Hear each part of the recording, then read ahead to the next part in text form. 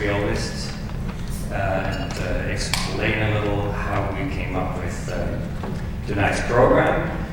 You know, you always need a flashy title for concerts nowadays, so we came up with Moravian, Heartache, and Microtones. So there's a nice little the two M's have a nice alliteration going on. And because it so happens that both Hába and Janáček are Moravian. If you check, there is a difference between Bohemian and Moravian. Quite a bit of a difference. So they're not Bohemian, they're Moravian. Both of them. And there's the Heartache part. And maybe, Stephanie, you can tell us a little bit about how we got started with that, with Janáček. Actually, the idea dates back to somewhere around 2005. Is that true? Yeah. Yes. So an earlier kind of incarnation of the Momenta Quartet, of which typically as a violist I was the only one that, in it. It was me and 3 other people at that point. We had played a piece of Carl's, which was the original, which is sort of shorter and, kind of, it was sort of the original working version of the piece you're going to hear tonight. It was already called Alois. And he was still a young thing at Columbia University. Even younger than at Columbia University doing his doctorate. And so we had talked about this piece, and he was telling me about how this piece was inspired by a very tragic, sad breakup. And we had come up with this idea of doing like a really fun Valentine's Day concert about heartbreak, and I had originally suggested actually Janáček's first quartet, if you recall. Yes, true. Which is also about heartbreak in a different way, except it ends up with the main character murdering his wife. But years later we decided... And I backed off and like, maybe let's take a slightly less extreme version of heartbreak. Exactly. So then we came back to the idea later.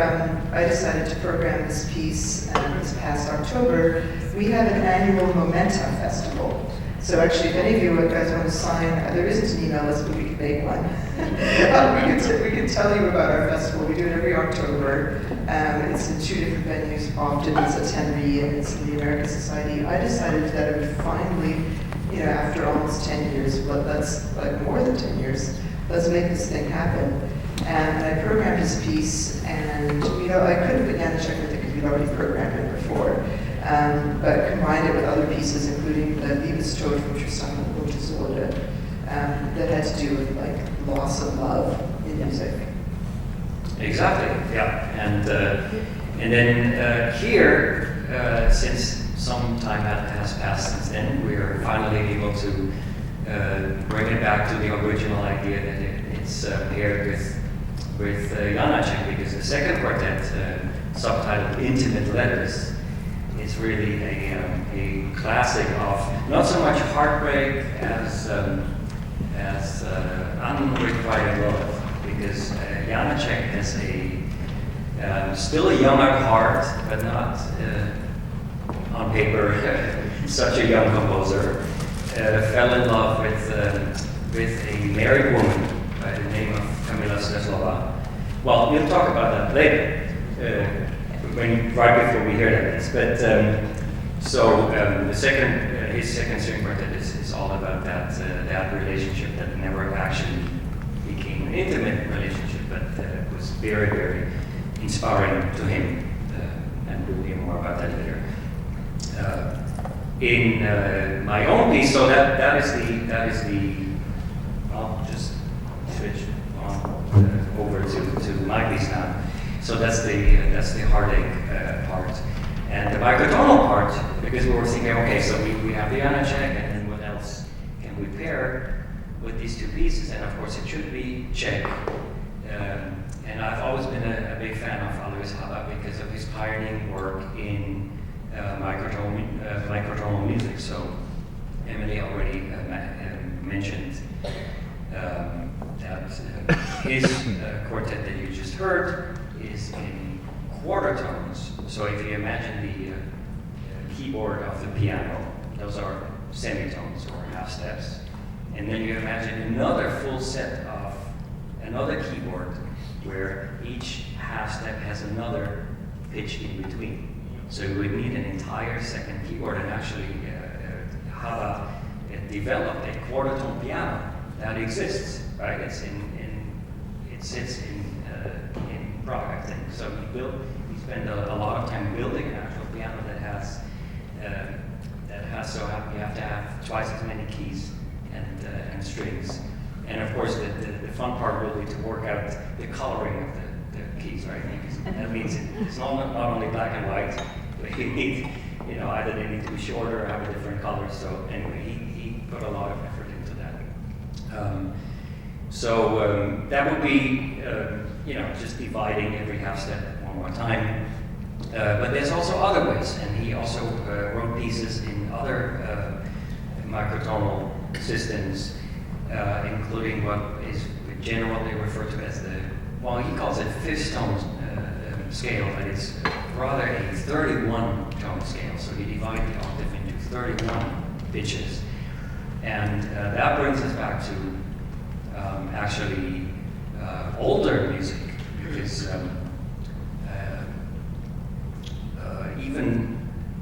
Emily already mentioned, a lot of folk music uses microtones because the tuning of most instruments was originally not in what we call the equal temperament. So only the Baroque did composers decide, okay, we need some order here. Let's just divide the octave squarely into 12 half-steps period. That's it. Yeah. But before that, a lot of instruments used, just like their natural tuning system, and that stems from what is called the overtone series. So if you just blow into a tube, some folk instruments basically do, like the didgeridoo, for example, an Australian folk instrument. So you blow into the didgeridoo, you get a fundamental, and you get overtones, or a mouth organ, same thing. So you produce not only the lowest pitch, which we call the fundamental, you also produce so-called partials or overtones. And there have always been composers interested in maintaining these pitches, even in the Renaissance, for example. Some composers, Gesualdo, we think now that some of his pieces actually should be performed not in equal temperament, but in 31 scale temperament. And then in the 60s and 70s, some French composers and Romanian composers actually started going back to this idea that we use pitches that are not only quarter tones, but that live, so to speak, in the overtone series, in the series of partials. And strings are actually really great to produce these pitches, because as you can see and as you may know, strings don't have frets. Guitar has frets, so you have a little bit of a guide where the half steps are, but these guys don't have frets, so they can just put their fingers wherever they want and wherever I tell them to. And so I'll give you a quick example from the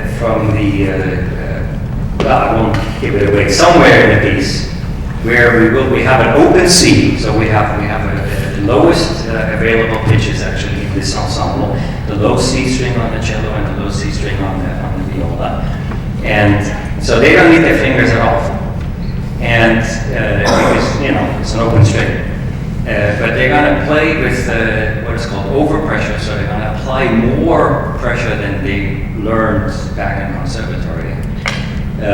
But since they're specialists, they can do that in an awesome way. It sounds great. So they're going to apply more pressure with the bow. And because of that, the open string will resonate in a way that you hear overtones that are popping out. Not only the fundamental, which would be the open string, but a lot of the overtones. And then what I did as a composer, I caught some of them, and the others joined them in playing those some of those overtones. So give us that a little bit.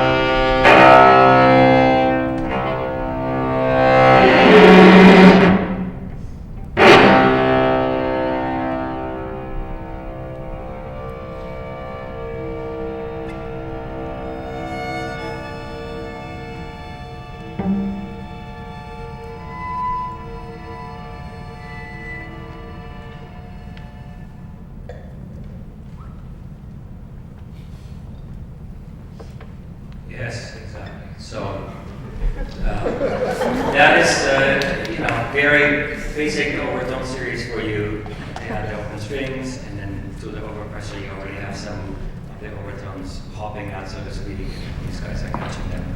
And I will let them play the whole piece now. Thank you.